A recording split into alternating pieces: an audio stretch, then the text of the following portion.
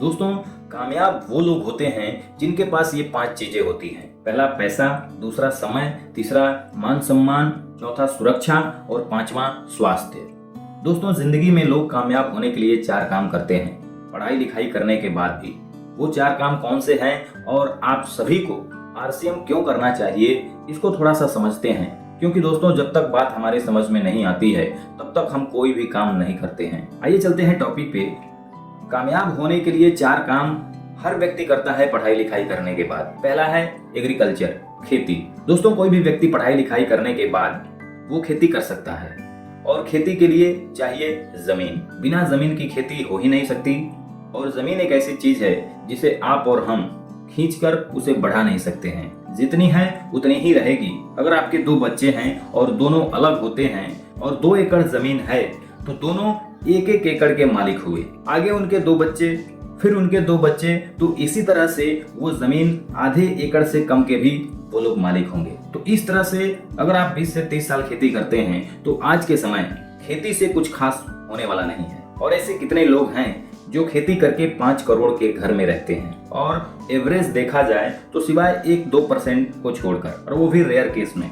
दोस्तों, ये असंभव सा है। और जो खेती करते भी हैं उनको पता है कितना टफ काम है। कहीं बारिश ज्यादा हो गई तो दिक्कत हो जाती है और कहीं बारिश कम हुई तो भी दिक्कत का सामना करना पड़ता है। दोस्तों, एक आदमी खेती से गुजारा कर सकता है और आज से 10 से 15 साल बाद खेती करना और भी मुश्किल होगा। आने वाली नई जनरेशन क्या आपको लगता है खेती को प्राथमिकता देगी? जी नहीं साथियों, कभी भी खेती से सपने पूरे नहीं हो सकते हैं। दूसरा है जॉब, नौकरी, जो 2 प्रकार की होती है। पहला गवर्नमेंट जॉब और दूसरा प्राइवेट जॉब। दोस्तों, दोनों में अंतर क्या है? आज के समय में गवर्नमेंट जॉब मिलना आसान नहीं है। आज से 40 साल पहले दोस्तों आसान था, लेकिन आज आसान नहीं है। और 10 साल बाद, और आज से 10 साल बाद गवर्नमेंट जॉब मिलना और भी मुश्किल हो जाएगा। दोस्तों, आजकल चपरासी की वैकेंसी भी अगर निकलती है तो दोस्तों बहुत सारे ग्रेजुएट और एमबीए, बीटेक, एमटेक वाले छात्र बड़ी तादाद में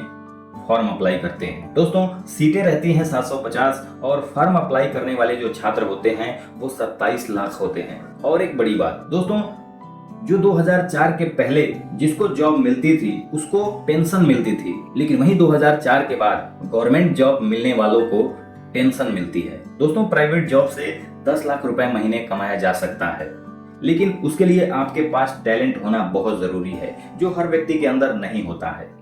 और प्राइवेट जॉब का मतलब होता है कोई भी कंपनी अगर आपको 50,000 रुपए देगी तो वो आपसे 1 लाख रुपए का काम कराएगी, तो ही आपको 50,000 रुपए महीने का वो देगी। और दोस्तों, जिस दिन अगर आप वो नहीं करेंगे तो वो पैसा भी आपको नहीं मिलेगा। तो दोस्तों, ये काम भी आसान नहीं है। क्या गारंटी है जो जॉब आपको मिली है वो आगे चलकर वो जॉब आपके बच्चे को मिलेगी? कोई गारंटी नहीं है। तीसरा काम कर सकते हैं, पढ़ाई लिखाई करने के बाद डॉक्टर बन सकते हैं, इंजीनियर बन सकते हैं, सीए बन सकते हैं और लॉयर बन सकते हैं। लेकिन क्या ये आसान है?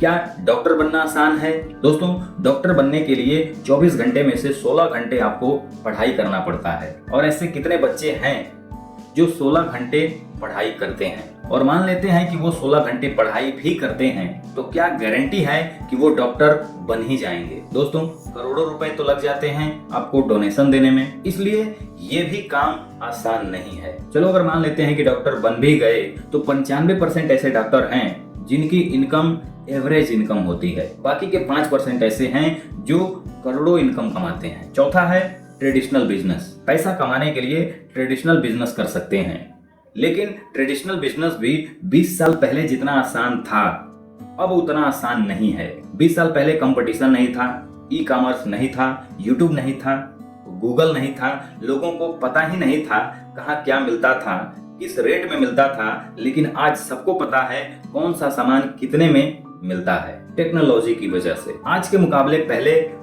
प्रॉफिट मार्जिन बहुत हुआ करते थे, लेकिन अब मार्जिन जो है वो 0 हो चुका है। आज से 15 साल पहले कोई अगर मोबाइल का दुकान वाला मोबाइल बेचता था, 15,000 का मोबाइल बेचता था, तो उसमें से वो 2,000 रुपए कमा लेता था। लेकिन आज वही दुकानदार अगर 15,000 का मोबाइल बेचता है तो उसको 200 रुपए मिलते हैं, सिर्फ 200 रुपए। दोस्तों, ये 4 काम अमूमन हिंदुस्तान के सभी लोग करते हैं, और ये चारों काम आसान नहीं है। और दोस्तों, एक पांचवा काम है नेटवर्क मार्केटिंग बिजनेस। लेकिन लोग इस काम को करना पसंद नहीं करते हैं। लोगों को डर लगता है इस बिजनेस से। दोस्तों, क्या मिलेगा इस बिजनेस से, आइए थोड़ा सा समझते हैं। ये बिजनेस आपको बहुत सारा पैसा दे सकता है। 10,000, 20,000, 50,000, लाखों में इनकम हो सकती है। दूसरा, पैसों के साथ आपको नाम पहचान देता है। सभी जगहों के लोग आपको जानेंगे, पहचानेंगे। आप एक ब्रांड बनते हैं, ब्रांड। तीसरा, देश विदेश घूमने का मौका मिलता है। यहाँ पर लोगों की दुआएं मिलती है जिसको आप पैसे से नहीं खरीद सकते हैं। आप यहाँ पर दूसरे लोगों की मदद करते हैं और सबसे बड़ी बात, अगली पीढ़ी के लिए एक बहुत बड़ा एम्पायर छोड़कर जा सकते हैं। आइए एग्जाम्पल के माध्यम से समझते हैं। एक ही शहर में एक डॉक्टर महीने का 2 लाख रुपए कमाता है और उसी शहर में आरसीएम का एक टेक्निकल अचीवर भी महीने का 2 लाख रुपया कमाता है। दोनों में अंतर क्या है? डॉक्टर की जो इनकम होती है वो एक्टिव इनकम होती है, यानी कि जब तक डॉक्टर के हाथ से ऑपरेशन होगा, मरीज देखे जाएंगे, तब तक इनकम होगी।